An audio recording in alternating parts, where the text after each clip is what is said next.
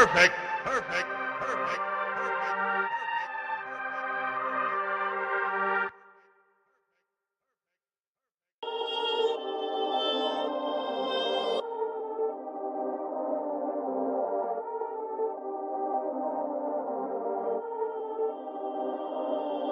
Perfect.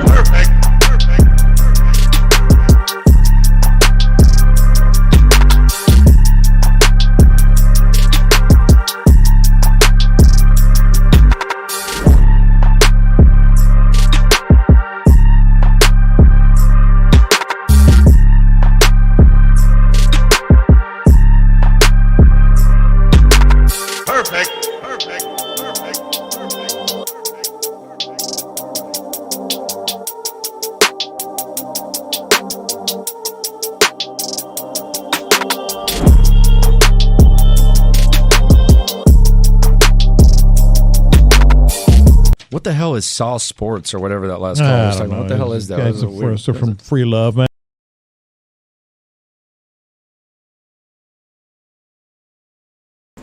What's the motherfucking deal, man? Welcome to Saw Sports, and I apologize if it's a little bit noisy in the background. It shouldn't be that way much longer, but I haven't cut it off. It gets too goddamn hot. But welcome to Saw Sports. If you're not familiar with Saw Sports is the freshest flavor in H-Town sports. We talk Houston Homer Net. We're talking all sports, but only Houston. This is primarily the Texans channel. If you want all that other H-Town sports talk, make sure you go and subscribe to Saw Sports TV. Got a lot of content. Actually, just finishing some stuff up, so we'll be dropping a lot of stuff on that on the next upcoming few days. Shout out to Hector, man, been putting in a lot of work holding down Saw Sports TV.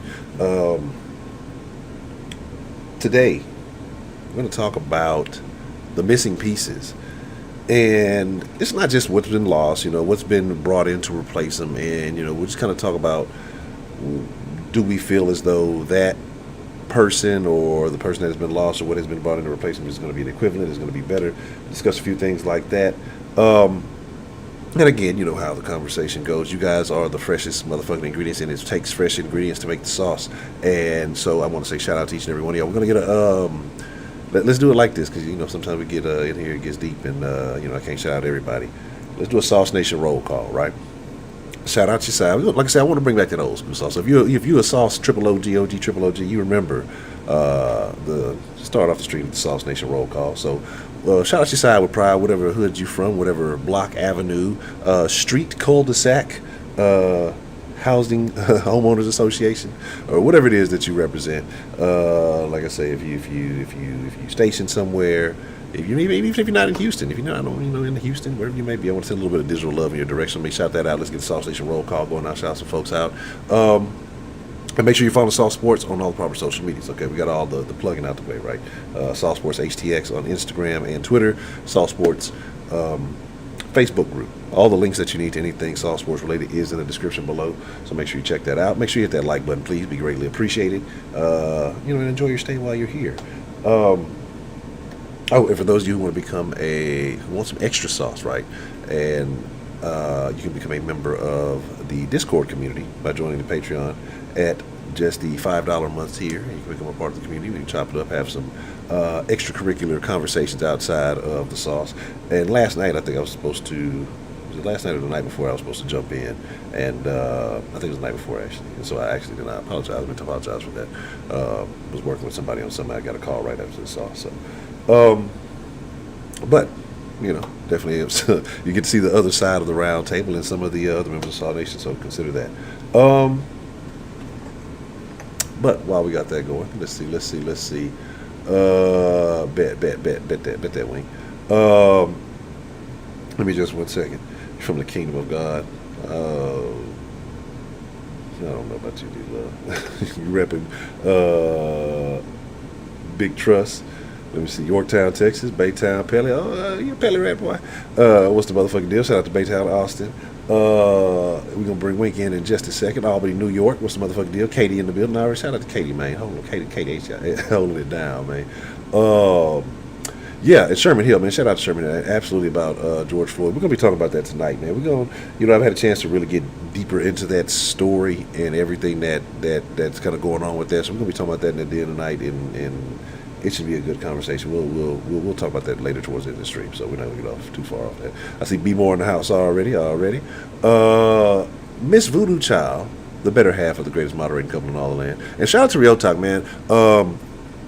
We were in the sauce yesterday, and we were on Sauce Sports TV, but he showed a lot of love. I mean, Real Talk has been dropping love, man, and it is greatly appreciated.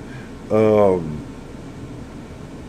me see if I can pull it up here, just because, like I said, I want to make sure you get your recognition, because it is greatly appreciated. And it didn't show up because what had happened is with Sauce Sports and Sauce Sports TV, there's two different ways, because since they're two different channels. When you use the Streamlabs on one, you got to have the TV, and so it came to Sauce Sports instead of Sauce Sports TV. But nonetheless, greatly appreciated. So I want to say shout out to Mr. Real Talk, man. In my grandma's kitchen. It's been a long time since I've been in my grandma's kitchen, man. And the last memories I have, and I'm sure they weren't the last ones, the last memories I have of being in that kitchen is the window she used to look out of when she used to make me go pick my switch and have to whoop my ass, you know what I'm saying? So, give me just a second here, and we're going to bring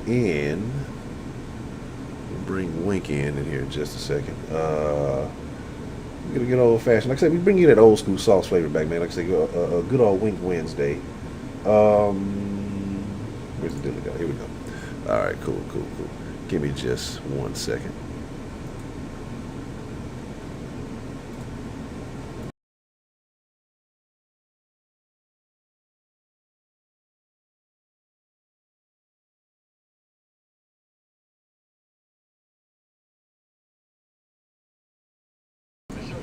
What this motherfucker is, man.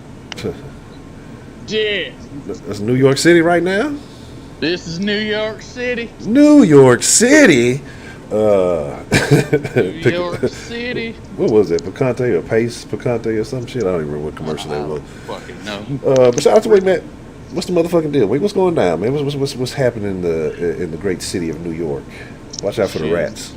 Shit, me getting this money, and I saw a big ass rat, nigga, like 4 weeks ago, nigga. I'm talking about, nigga.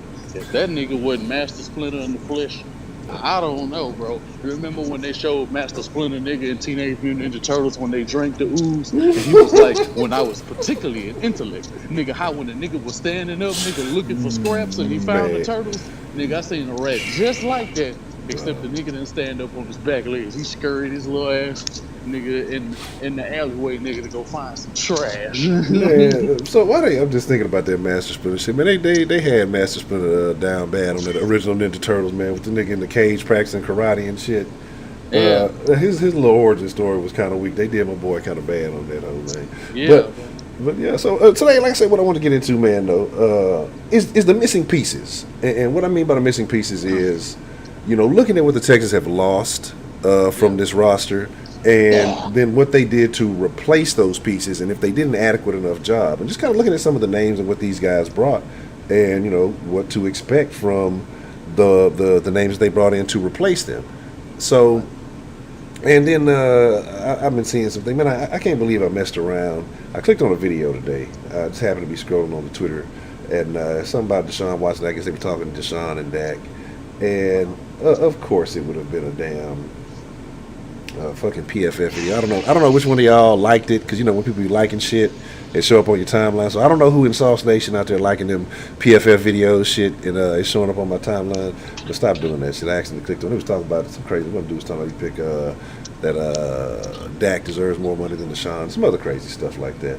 Yeah. So yeah, I should have known, but I should have paid more attention to details. But let's look at it. And we're gonna say the best for last. We know the most notable name out of all the things the Texans lost.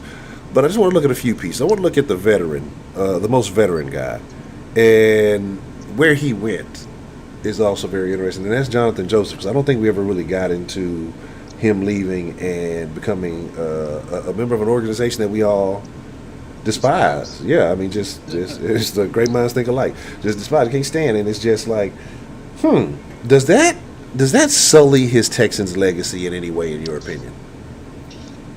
No. It didn't sully Andre Johnson. It won't sully Jadeveon Clowney if he goes there.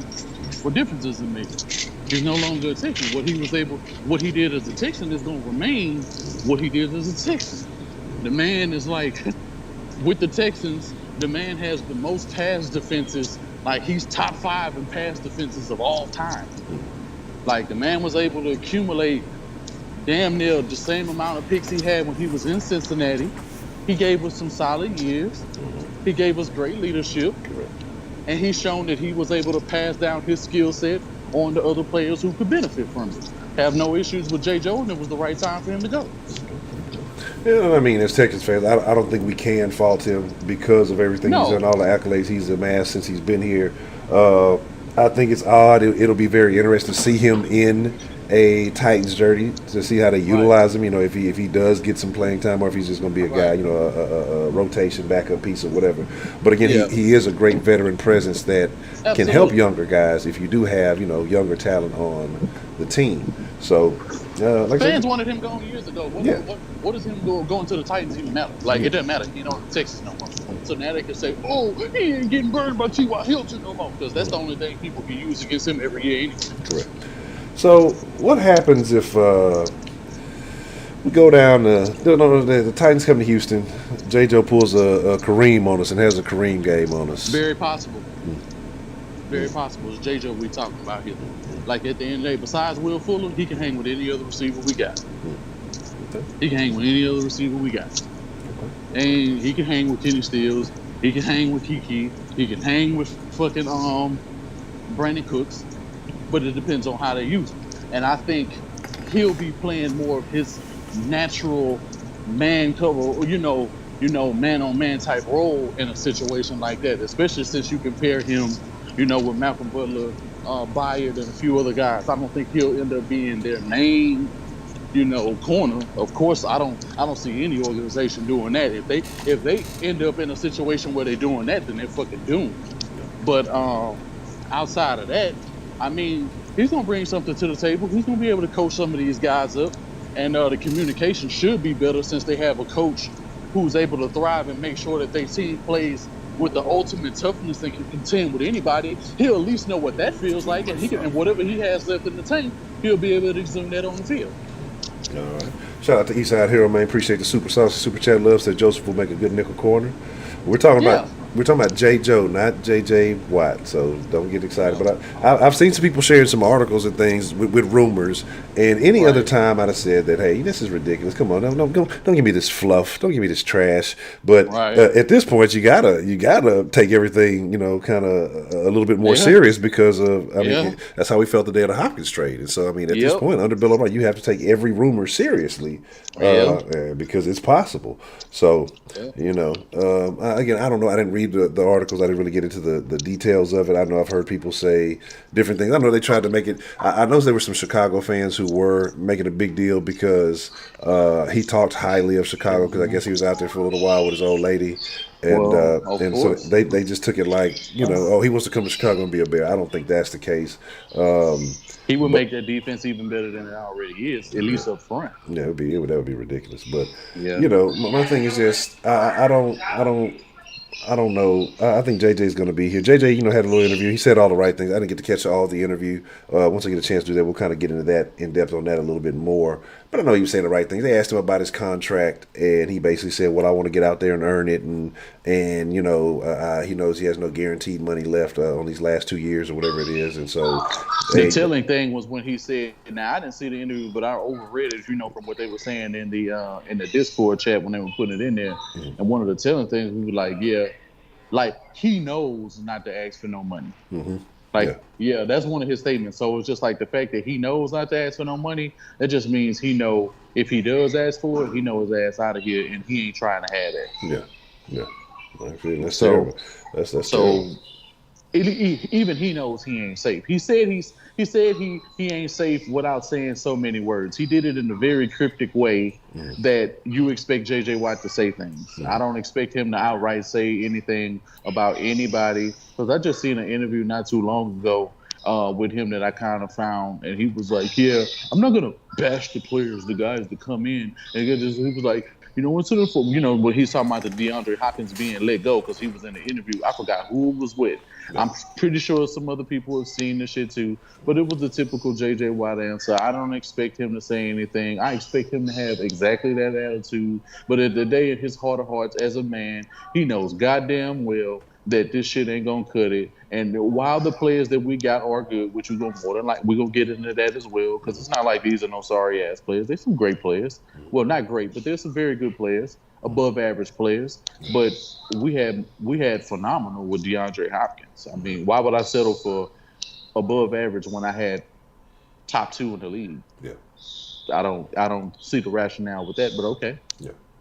That's the conversation people don't want to have. People, again, it's crazy that people just label him as, he's just a possession receiver. No, he's not. That's a lie. That's the thing that bothers the shit out of me when you see it. When people trying to just, he was just a possession receiver. It's very, very disrespectful to say things. Very disrespectful. He's got behind several defenses. He's got touchdowns. He's shown the ability to catch a pass within a 5 to 3 yard limit, take that bitch 70 yards against legitimate defenses. While you're throwing the ball in situations where he's able to lean back and balls are not being led, you know what I'm saying? Because when passes have been led, he's been able to take these damn balls. I mean, people act like he got behind Darrelle Revis for a 60-some yard touchdown, still at a very good point in his year before he fell off. I mean, he made he got past Earl Thomas and made him pull up his hamstring. I don't need to hear nothing about anything else. When you can get past Earl Thomas in any capacity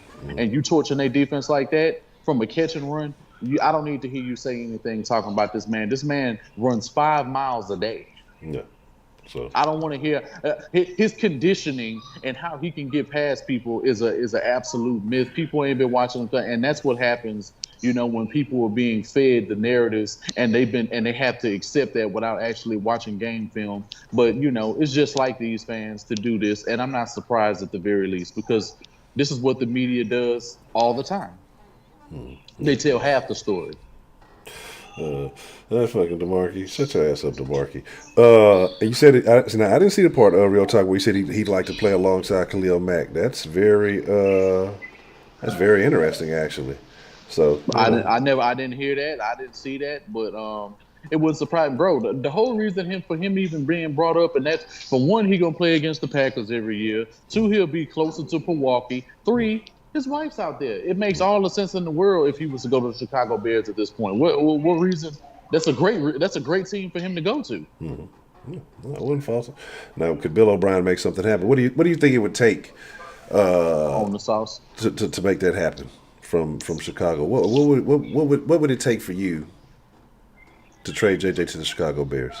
I mean, they gonna trade them up for a 5th round pick. I mean, if they were to trade them a 6th round pick, they're gonna get the least amount of value they possibly can for a player who can, in some people's eyes, still get it done. I don't believe he's of the same ilk, of the same caliber, and he's not the same J.J. Watt, because he had a J.J. Watt season. He had a J.J. Watt season, his last year with Clowney, and then he immediately reverts back to Justin James the following year. So while you can say that he can turn it off, he can turn it on, at the end of the day, you don't know what you're getting, and it's just like putting your hands in a Forrest Gump chocolate box. You just don't know what it is, bro. You don't know if you're gonna get white chocolate. You don't know if you're gonna get vanilla mocha. You don't know what it is. You don't know if it's gonna be Dutch. You don't know if it's gonna be fudge. You don't know if it's gonna be cocoa. No. Okay. And so, like I said, again, my deal with that is, do I think he would get the lesser end of the deal? Absolutely. You know what I mean? Absolutely. And it's just, but I think like if we're talking about anybody else that we feel is more capable, what do you think JJ would command? Let me rephrase. The Texans are gonna get the shit end of the value, not JJ Watt. JJ Watt will be where he wants to be. He'll be with his wife, and at the end of the day, he's already accumulated $85 million from the Houston Texans, and he'll be then recoup the whole $100 million by the time his contract is over. So I don't see how this is a loss for JJ Watt. Oh no, it's not a loss at all. I mean, it's you $100 million man. That's in some people's eyes, he's labeled. In some people's eyes, he's the greatest Texan alive. Which that's I don't understand how you could say that, but okay. Everybody got their what about this thing? Like, give me 1 second. I was wondering. I'm heading upstairs, so I'm getting on this damn elevator. So if it cut out, I'm just knowing. Oh shit! Just knowing we'll be back on in a second. All right, give me 1 second. Yeah. Let me tweak this thing real quick. Anyway, but here's my deal, right? Yeah, pardon me while I do this. Actually, let me swap. Perfect. Yeah, we don't need that. All right, we'll keep it out here. So while I'm tweaking this little dilly dally here, my thing is though, like I say, JJ is definitely has gotten his and then some, and I'm sure with endorsements and everything else that goes with it, the JJ shoes and everything like that. So again, he's definitely one off of his time being a Texan. Now, would I like for him to have an opportunity to go to a team? I would love for him to have a chance to go to a team who's actually going to compete for something. Right. Because I just don't feel like I feel like this Texans team can be serviceable. This team can be a playoff team. It is what it is. It's not the worst team in the league or anything like that. But I don't feel like where we are, and again, it comes back down to the coaching. Y'all can say whatever y'all want to. Coaching counts. So I just don't think that. All right, there we go. My bad. I just don't think that. I'm switching up to everything, all the wrong shit. There we go. I just don't think that Bill O'Brien's on that level yet. So I think if he had to come against one of the better coaches in the league, if you're talking about even talent, then I think that the loss for the Texans is Billy O. But again, I don't appreciate the love. Shout out to Miss Voodoo Child and Jay LaBelle. Let me get those real quick. Hold on, let me slide back. Say JJ Watt for 7th in 2028. That sounds about right. And like the motherfucking scream, hey, absolutely, yes, ma'am, Miss Voodoo Child. Yes, y'all hit that like button, man. The like button is absolutely free. It will not cost you a damn thing. But let's look at some of these other guys, like I said, that have gone. And we're just talking about, that talent that the Texans have lost. And have they done a solid job in replacing it? And this is something I want to talk about too, a person I want to talk about because of where they ended up, and that is Carlos Hyde. And Hyde ends up in Seattle, which is strange, another Texan going to Seattle. It is what it is. But reportedly for less than what the Texans were going to offer him. I think they said he's getting, what, like 3 in Seattle? I think the Texans were going to offer him 5. So, I can't fault a man for believing in his value and No, me either. taking a gamble, and sometimes you lose. You got, but hey, getting $3 million a year is not a loss by any means, No, but no. by any standard. But it just, it is what it is. Now, my thing with Hyde is, we know what is happening. That is David Johnson's come in. That whole deal happens. If Hyde agrees to his situation, does that same deal take place? Does that same thing happen? I'm not sure if it does, man. I mean, he would have potentially. I mean, he would have got paid way more money to be with the Texans. I mean, so it's really a loss for him financially, and it's kind of ironic that he has his best season ever with the Houston Texans, which is another thing that the Texans had leverage on him to say. But I mean, for the most part, man, it's not really like you say. I don't understand. I mean, I don't knock him for having, or any man wanting to have a certain value and look for a certain thing, especially considering what he just did with this football team. I think it would have been, interesting for them to keep him around, but I understand they had moves that they wanted to make. So, I mean, it is what it is at this point. Oh, he only got a 1-year deal. Okay, so just shout out to the Texan mate. Appreciate that. They said Texas Hey, offer girl. 2 years, 10 million, Hey, I see it. and it says you get 4.5 from the Hawks. I put that on there, and then now he's a backup. I mean, those are good things to consider. But does that go into him considering that deal, getting paid less money, being a backup? So is it kind of? I mean, you're getting what? 1 year, get about $500,000 less to be a backup. I mean, does that mean longevity for him? How does that work for Hyde? So I think that's the interesting situation. I think Hyde, like I say, I don't fault the Texans for that one. I think Hyde, like I said, just went out on a mission. He said he took advantage of the opportunity. I just had my best year ever.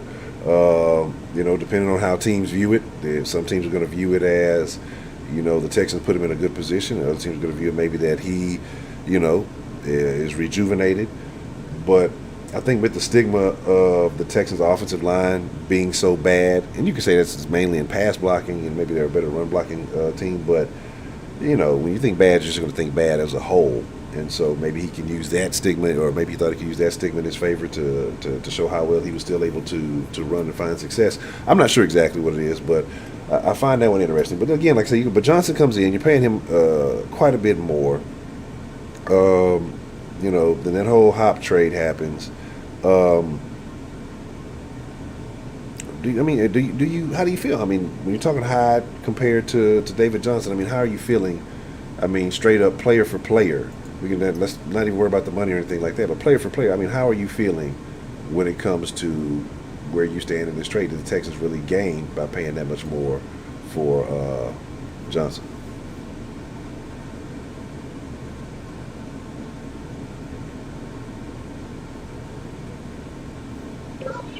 That's an incompetent move by anybody. I mean, you don't make that move player for player and think that you're gonna increase your chances of winning in the following season. I don't see it. I don't see how you can. I don't see how he thought that was feasible. The dude hasn't. What is it? Huh? Just my water. I'm thirsty. I just finished walking. Yeah. Hold on, froze it on me for a second. But I think when you put the money into it, absolutely. Hold on, let's catch up a little bit. When you put the money into play, I think that absolutely. I don't think you really won at all in that move. But as far as what are you gaining, difference wise in talent, overall, would you say that at their prime, who was the better running back? I think you would probably lean, David Johnson for what the success he was able to find for a little while. But then I guess, that term versatility comes in, and you say, well, you already kind of got a guy who can do that in Duke, right? And so you have some similarity there, but maybe I guess you would say that as far as actually running the ball, you would like Johnson a little bit more. So maybe he brings both of their skill sets in one. Maybe a more complementary player. O'Brien sees him as a 3-down back. I have no issue with him. Like, it's not to hate on him. Like I said, I'm hoping that, he's healthy. I'm hoping he can be the guy that he once was. And again, earn his keep. And again, if he can be a contributor to the Texans going and making it to a hold on, let's see what's going on here. Let me fix this. All right. Oh shit, I ain't gonna do that. And making it to a Super Bowl, then no, I'm not gonna be upset with that at all. Why would I be? So this is my whole thing. It's just his situation is hard.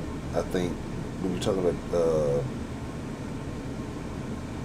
when you're talking about David Johnson, his situation is hard because what happens with this is his performance is not really going to ever be compared to, well, this is what Hyde gave you, this is what Johnson gave you. He's going to be forever connected to Hop, and that's no fault of his own. He's just a player in a trade. Don't even play the same position. You know what I'm saying? I think it should be more comparative with Cooks in that situation than you would with Johnson. But because of these are players that were swapped, that comparison is always going to be there. Like that expectation, that production is going to be expected to be there, especially when he's getting paid. And if he doesn't have that in the first year, I think that it's going to be an issue. I think fans can turn on you relatively quickly if he's not producing. I mean, at the level of, excuse me one second, I'm just gonna get that back on. If he's not producing at the level of Hyde, at the very least, you know what I'm saying? So I don't know. I'm hoping for him. Like I said, I'm hoping all the pieces fall in line. I'm hoping to be wrong about each and every one of these things. I'm hoping to be the most incorrect man in the city. But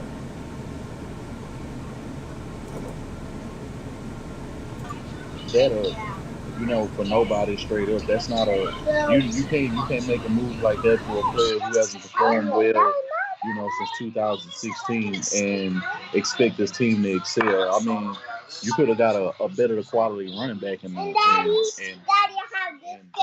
Oh, you did? Yeah, I bought it. Oh, okay, that's good. It was free. It was free? Yes. All right. So, I need the box for you. So, I appreciate the love there, 713 Houston Sportscast, man. Appreciate the love, man. Keep doing your thing, man. You keep pushing. You well on your way, man.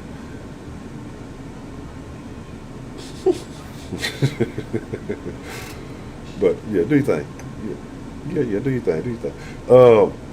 But yeah, so and like I say, but he will always be forever connected to DeAndre Hopkins, in my opinion, and it won't ever be looked at like, what we got from Hyde versus Johnson. And I agree with Deep Rich, man. Like, yeah, when you're talking player for player, when you're just comparing the running backs, yes, Johnson better overall. I don't think anybody doubts that. I don't think it's just more talented.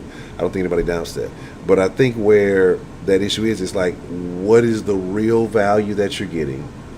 Are you getting that David Johnson, which you hadn't seen in a couple of years? You've seen him fall on the depth chart last year, and by all accounts, running backs have a short shelf life. You're paying him quite a bit more change, what you basically gave away to get him. I mean, just these things will all kind of be a factor, even though you don't want to. You want to look at the player in a vacuum and just say, this is just this guy here. This is what it is. This is what he brings. But I think as fans, he's going to have that instant expectation because of the capital that was given up to get him. And then what you had a 1,000-yard guy last year in Hyde. So he's going to have 1,000 yards. If you don't have a 1,000-yard year, if he doesn't, it's a failure in my opinion. And again, it's pressure put on his shoulders that I don't think that he should be accounted for. I mean, I don't think it's his fault, but it's the way the transaction happened. It's the way, I think fans look at it in the city. And I may be wrong. Some people may accept him. He may have 800 yards, and they be like, well, he had a great game week 4 or some shit. We have some very forgiving fans around here, so that could be a thing too. But what are your expectations of David Johnson this season, man? I mean, I'm not expecting anything. I'm just looking, Good. for him to give us, his best, whatever that can be. I mean, as long as he can put together, I think a successful season for him, realistically, with the Houston Texans, considering, I mean, he really is in a situation where he has to be an All-Pro. I mean, that's really the situation he's in, because when you get rid of DeAndre Hopkins, that's what I expect in return. I expect an All-Pro. I expect somebody to match that production. And it's unfair to David Johnson, the fact that he's dealt with injuries, he's dealt with this, and he will never live up to the bill of DeAndre Hopkins. And that's basically the position he's in. A good season for him would be exactly what Carlos Hyde did, but more receiving yards, maybe 3 or 4 receiving touchdowns to go along with it. Huh? Okay, I can see that. I mean, definitely. I think you definitely have to do at least with the very. I mean, I don't even think doing what Hyde did is necessarily would qualify you because of how much more you're getting paid. Because again, like I say, of the cost. So I mean, you have to. In my personal opinion, I think you'd have to exceed that by a significant margin. I think you'd have to have an extra 102 yards to really be talking about something. And again, I think that's asking a lot for a guy coming into a new system, coming to a guy who may not be who he was. He just ended up in a situation like you said, an All-Pro. I don't.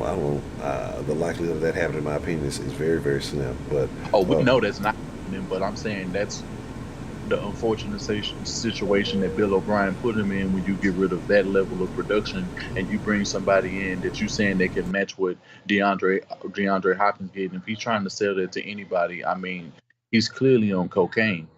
Some of the greatest level cocaine that has ever been sold by the cartel. Cocaine. You have to be on cocaine. You have to be doing lithium. You have to be doing something that gets your mind out of this world if you're trying to sell that to anybody who watches sports. Like people who even casually watch football and don't even keep up with the sport like that can literally go on ESPN, look at the stat lines for both players matching up year for year and know that this was a horrible trade. It doesn't take a scientist to know that this is not the best move that a team with this type of talent and this type of quarterback going forward should make when you're expecting to contend for a Super Bowl in some capacity, because that's all you should be playing for. If you're playing for anything less than that, then you're in the wrong business. Y'all in this chat wilding. Let me see. It was a good question. Dead straight asked, Honcho, is this a Super Bowl or he's gone season for Billy O? He's in full control, so no excuses. It's all on him, in my opinion. What do you think, man? Here's my deal. I told y'all last year, AFC Championship. That's all I'm asking. Like, get there. I'm not even telling you to win it. Get there. Do what the Titans did last year. And I reset all my feelings on Billy O. If you've taken us to a place, you've taken us to a place we've never been, explore some new territory. I say I hit my reset button on Billy O. Now, because you didn't achieve that, being you were granted and extended and given more power, I expect more. If you're given more, with great power comes great responsibility. He's been given the greatest power that you can have as a member of any organization in the NFL. I mean, you are the coach and the GM. Like you have all of the say so. You control what happens on the field. You control who gets on the field and who's on your roster. I mean, who's getting paid here and what they're getting. I mean, you control everything. So we're given all this power. And now you've kind of delegated a little bit. Like I said, we're looking at what happens with Tim Kelly. Some interesting things happen with Tim Kelly. I do want to talk about him for a second. But and Weaver and everything. Like I can't take a step back. Like I expect more. And with Vrabel, your understudy, a guy who was under you that you brought into the league as a coach, has surpassed you. He went to the AFC Championship. I can accept nothing less than the Super Bowl. Like you have to prove to me that you're the best coach in this division. To have the tenure that you have, to have the talent that you've had for as long as you've had it compared to everybody else, you have to prove to me that you're the best coach in this division, or why are you still here? Because everybody else has made changes. Everybody else has been to, I won't call it the promised land, but been within a game of being able to compete in the Super Bowl. Some of them a few plays. And it's not like in all those years that he was winning the AFC South and shit, like he was doing it with like 12-4, like in dominating fashions. Like it was literally coming down to the last thing, people start, other teams started off fast and then they tailed off. They act like they had Stop acting like Andrew Luck was entirely healthy the entire time Bill O'Brien has been here. You know what I'm saying? Like, it'd be different. Like, we wouldn't have won an AFC South championship one time if Andrew Luck is completely healthy with a Colts team. It's not. It's just not happening. It's just not happening. Yeah, that 2016 defense probably could have stayed by still win no games because he was in those seasons. But to say that that the Colts aren't going to have anything to do with that, for at least 2 of the 3 times that he won it from 15 to 16, I mean, it's absolutely ridiculous. And any fan believing that this man, like, he really went out there and did some shit. He couldn't even get 10-6 prior to Deshaun Watson. So what the hell makes you think he's going to be that if he leaves? Or the only way he's double digits is because Deshaun Watson is the fucking quarterback. I don't see how you can sit here and say because he had all the chances in the world to do it. He couldn't get it against 2016 against Tennessee. He couldn't get it done, the season before. He couldn't get it done in 2014, the year he got here. He could have beat a couple of teams that year, and some shit could have swung another way. So I don't give this man, a lot of rope. As far as to say what he can and he can't do, because he's shown it year in, year out. Even with Deshaun Watson, his fucking offenses has regressed. You know what I'm saying? Yeah, we got a hell of a lot better. In the red zone for the longest, we were the best red zone team in the league. When we finished the season, those numbers dipped. So at the end of the day, he can't maintain any level of success. And any time that he starts to be on the brink of proving something great, he shows that he can't maintain and he falls off to the wayside. He's that he can never go a straight path. He just has to veer off in the fork road, and it's heading towards a cliff. You know what I'm saying? So, I mean, he always falls fat on this because of where he's at, the type of organization he was with in the NFL prior to becoming, a Houston Texans head coach, that's really boded well for him. And he has too many people in the media who are applauding what he's done with the AFC South because he's won 4 of the 6 years. Look at how the years that those other teams were winning, they were winning in dominant fashions. Yeah. Like, I mean, the Colts went to an AFC championship that year. The fucking Titans, they had a 9-7 record and ended up having more wins when it was all. So they had the exact same record. If you count, we were 11 and 7 when the season was over. So were the fucking Titans. We had the exact same record when it was all said and done because they won 2 games in the playoffs. We won 1. We won 1, lost 1. So that gives us an even record if we want to be technical. So, I mean, when you combine the seasons, when you look at the way that they played these games, and when you see how dominant they were in the playoffs, one of the Houston Texans ever gave you that feel like they were dominating anybody besides Andy Dalton, his rookie season in 2011. That's the best game we have in the playoffs ever. Any other game that we've ever won in the playoffs, it's been a close victory, and that's even with a defensive player of the year and J.J. Watt against the Cincinnati Bengals, who we own. Correct. Yeah. So, I mean, stop acting like we've been dominating teams like we're doing something so fucking great because you can say 4 of the last 6 years and you want to throw the fact that you beat the Jags and the Titans in the fucking regular season on a yearly basis, and somehow that's something and you claiming that's success. Okay, whatever. Shout out to Houston Texans Talk and King Johnson. I appreciate the super saucy super chat love. Houston Texans Talk say 13-3 is all I know. See y'all at Arrowhead and Hines. And King Johnson says Watson saves Bob job time and time again. I agree. I think that is a thing, and that's why I say I feel like Watson and Bob are interconnected. So all the success that if Watson continues to have success in the Texans uniform, then expect Bill O'Brien to be here, because again, it's a if it ain't broke, don't fix it type of deal in Cal. But if I don't have to do anything, I don't have to worry about this. I don't have to. The money's still coming in. Then why fuck with it, right? But it's going to be interesting when it comes time to get paid and the numbers, because this is your quarterback and your coach having to work the numbers. So I think that this conversation, whatever's going on with Bill O'Brien and Deshaun Watson, I think that this is a bigger conversation than people realize when your coach is also your GM And you're talking about your quarterback, your star quarterback, best quarterback that you've ever had in franchise history, the game changer, a playmaker. This guy's been saving your ass. You wear two different hats when you're a GM and when you're a coach, right? So when you're a coach, you're kind of supposed to have that personal relationship with the player. Like you're supposed to, because you're there day. You're supposed to be leading these guys in the battle and all this. You're supposed to have that person, but somehow you don't have a personal relationship with your best player. But anyway, that's another conversation. But as a coach, you're supposed to wear the personal hat.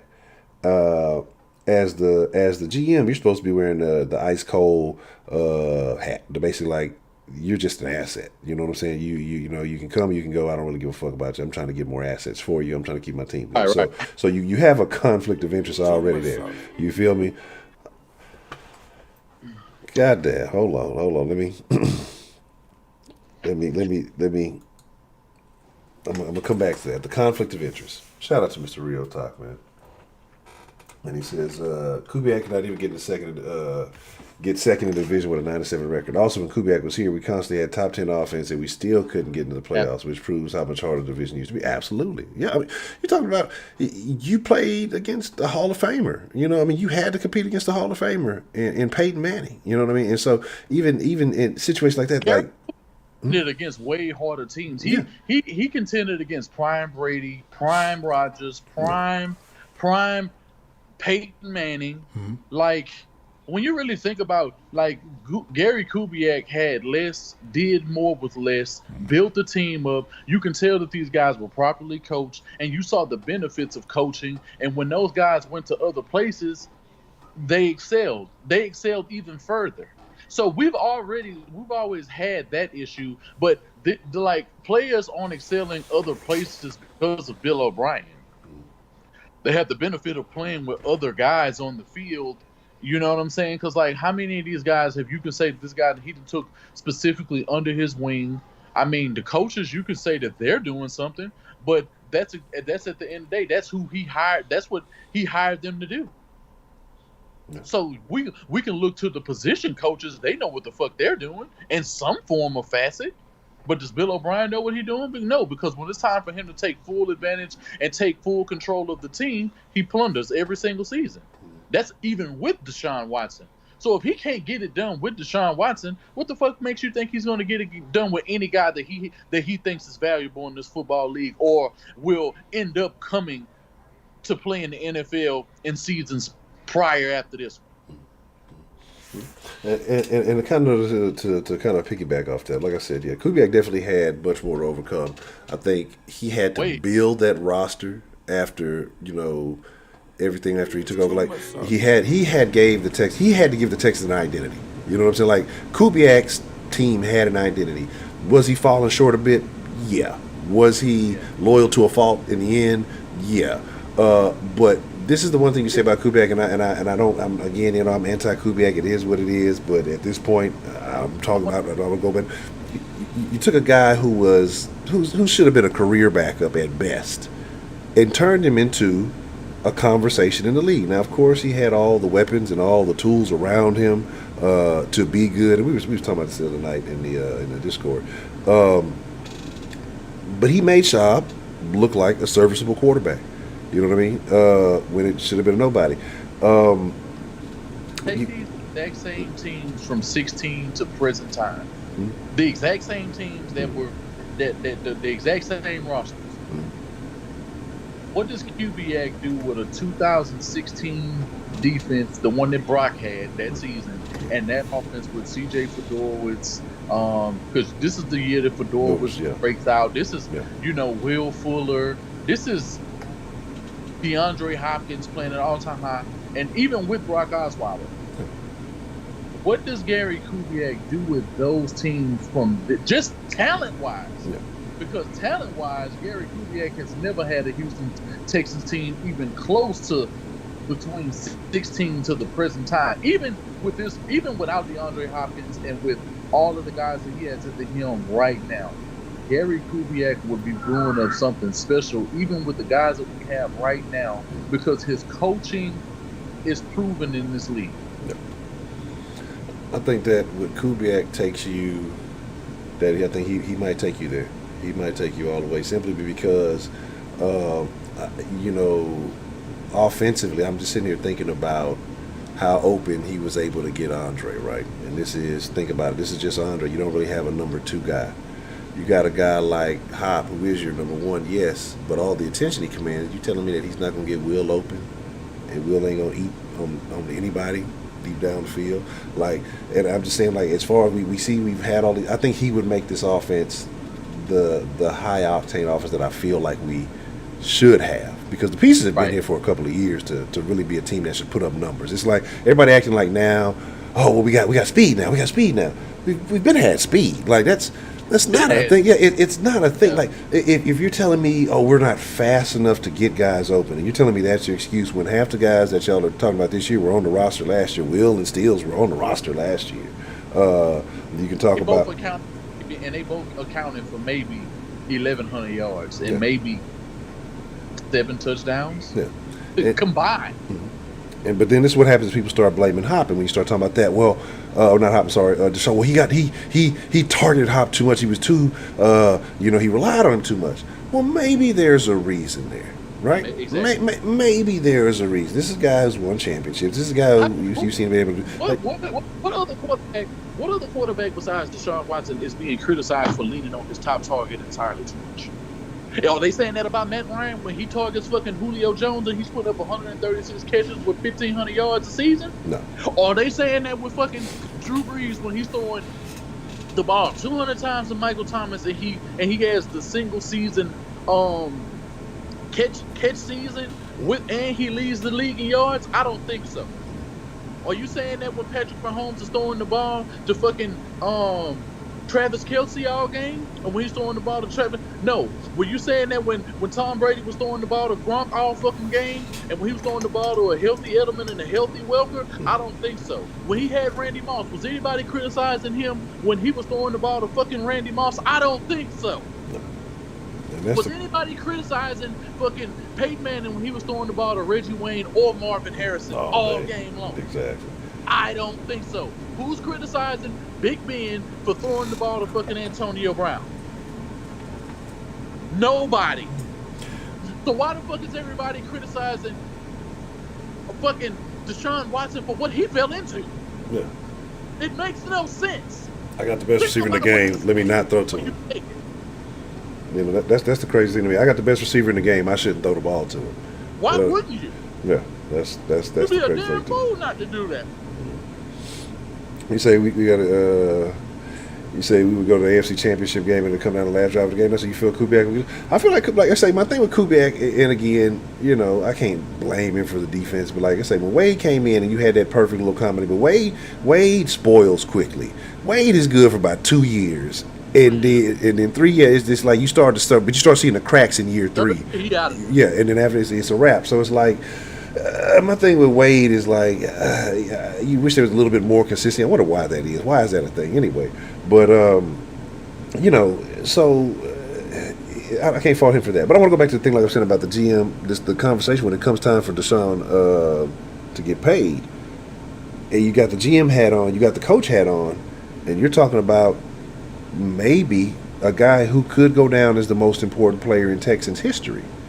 And it's your responsibility to make sure that you're giving this guy the right numbers. And what's different with this guy compared to other guys that you've dealt with, this is your star quarterback. Your first offer has to be on point. Otherwise, it's an insult. You know what I'm saying? And again, you looking around the league at what Dak is commanding. Dak said he won his last year. He won north of $45 million in his last year. He didn't just turn down what was it, like a 4 or 5 year, 175, something like that. So if let's say hypothetically, let's say that's true. You think Deshaun don't want to? You don't think he deserved to? Like, come on, look at what he's had to deal with in his years compared to Dak. Like I say, if you just look at the line itself, that's protection alone. You know what I'm saying? If Deshaun had that level of protection in his first year, can you imagine what he would have done that first year, that rookie year when he came out? You talking about rookie records, like it'd be untouchable. So he beats the rookie record. He beats the rookie record in his 4th start. Yeah. He does that against, by the time he faces the Browns, he does that. Look at what he did against Seattle without having that.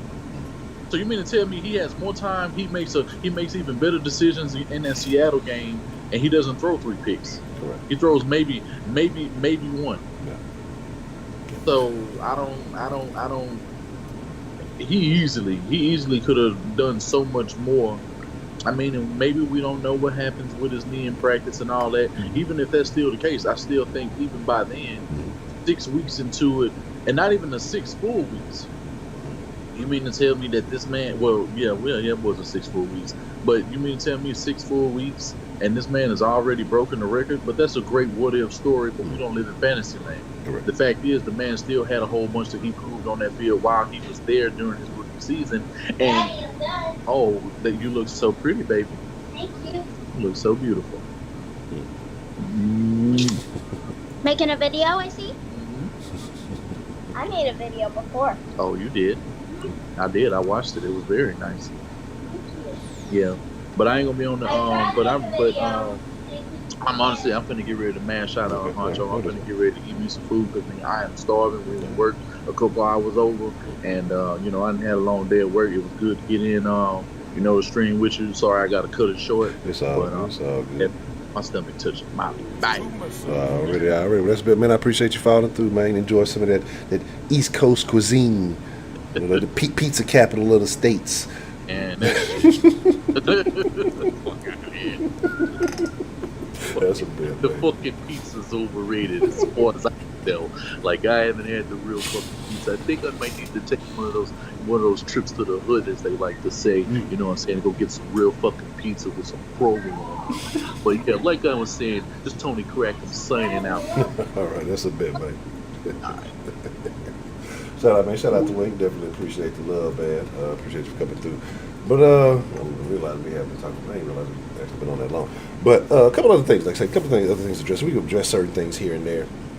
The Gibson situation, and regardless of how you feel about Gibson, whether you liked him, whether you hated him, or whatever it is, they go in and they replace him with. I'm assuming this is what they intended. Some people are just a special teamer, but they replace him with this Murray guy that nobody really knows and nobody's really familiar with, and so you kind of don't know what you're getting out of this, right? And so I think that's going to be interesting to see what happens with that. Appreciate the love. Shout out to Real Talk and shout out to Houston Texan Talk for the super saucy super chat love. Says they're comparing Deshaun Watson to Matt. Who's doing that? Why? Don't do that. Who is doing that and why? They said we're going to find out what Kubiak can do with Cousins. Man, we're going to see. It'll be very interesting, right? It'll be very interesting. No, we're not opening the line tonight. But we are going to get a line conversation in before the week is up. So I guess Friday, because tomorrow I'll be out of pocket. And we do South Sports TV on Thursdays. God damn it, Ray Ray. What's the motherfucking deal, Ray Ray? No, but I mean, when you have a guy like that, why wouldn't you? When you have a guaranteed guy, like, why would I take a risk when I feel like this guy's going to make a play? All he does is make plays. I shouldn't throw him the ball. Why not? If it's working, then why not? Other than that, like, if it amounts to successful plays, then I have no problem with people doing that. The other one I want to talk about was Reader, and Reader leaving. I think is a big blow to the defense. I know the young guy. I know a lot of people like him, Blacklock, but again, it's a jump. You're talking about from college to the big leagues. I don't think he has that size that Reader gives you, so I think it's going to be interesting to see how he gets utilized. And what they plan and intend to do with him. I'm not knocking him, I'm not saying that he can't amount or maybe get up to that level, but as of right now, he's not going to come into the league as good now as Reader left this roster. So I think you kind of take an L in that department. And the other thing I was going to speak on was more Hopkins. We've actually spoke on a lot of Hopkins today. I would say when Deshaun Watson focused on Hopkins, it was like Matt said, focused on Kevin Johnson because of sex.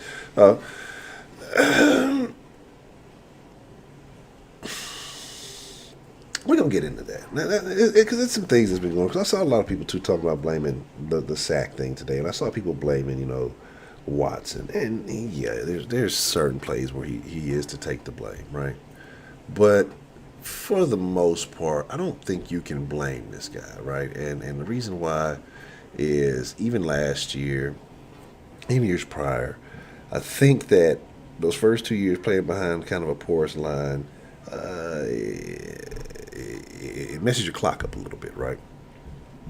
And so, having a little bit of a better line this last year, I think it adjusted a bit. And I think this year, if these guys can stay healthy in front of him, I expect to see much better on his end. As far as holding the ball, I don't think that'll be a case if guys are open. We'll see how that works.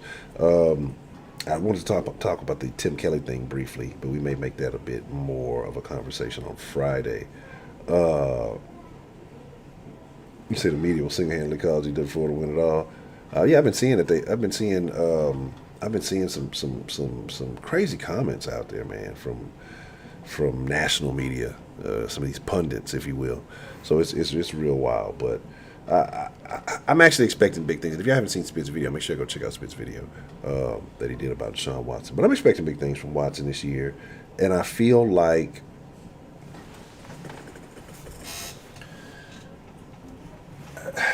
I want to start talking about this, but I think it takes us into a different topic. And I know y'all gonna be like, Honcho, you drinking the Kool-Aid. You drinking the Kool-Aid that's in that little cup down there. Where is it? Right down there. Yeah, that cup down there. Because it's Kool-Aid. It's purple Kool-Aid. Because I was thinking of the reason why this Hopkins thing could be a plus for Deshaun Watson. And I actually might record. I might actually do it on a recorded video, and then so that way it'll be easier to get people's thoughts on it. So we'll see. But with that being said, excuse me, pardon me. I got the corona. Oh no. But I appreciate all of y'all coming through, man. I thank y'all for being here. I just want y'all to know, for those of you that support the Sauce, for those of you that support, Sauce Sports TV also, and just showing up, man, just letting us know that you guys appreciate the work that we put in, because it's a little bit time consuming, and so it's just good to know that you guys appreciate it, that you guys enjoy the community, and I just want to say thank y'all for being a part of this community, man, because I know the conversation is a little bit different. You know what I'm saying? I know people want something different, and other people get mad because it's not like everything else. Well, it ain't gonna ever be like that, so it is what it is. But like I said, I just want to say I thank y'all for being here. For those of you who show up every time we stream, but those of you who even send me shit messages when I'm not on time or we don't have a stream, I still appreciate y'all too, because it just lets me know that y'all care. But with that being said, man, we're going to catch out. I'm trying to produce. Make sure y'all follow Sauce Sports on all the proper social medias. Sauce Sports HTX on Instagram and Twitter. Sauce Sports on Facebook. All the links you need, anything Sauce related, located in the description below. And consider supporting the channel by becoming a channel member. You can hit the little super chat button down there and click join. And there's several tiers that you can join as, if you want the highlighted name with the Sauce Sports badge and these custom emojis. Consider becoming a member and joining that. But I appreciate everybody who came through, man. Y'all stay saucy. Y'all the freshest motherfucking ingredients in the world. We'll be in the den at 9 tonight. We're going to have a real good conversation about what happened in Minnesota. So I hope you guys join me there. And we'll definitely have the deadline open tonight. We'll have a real good conversation. But with that said, I'm out, man. Until next time, Friday, something like that. Perfect.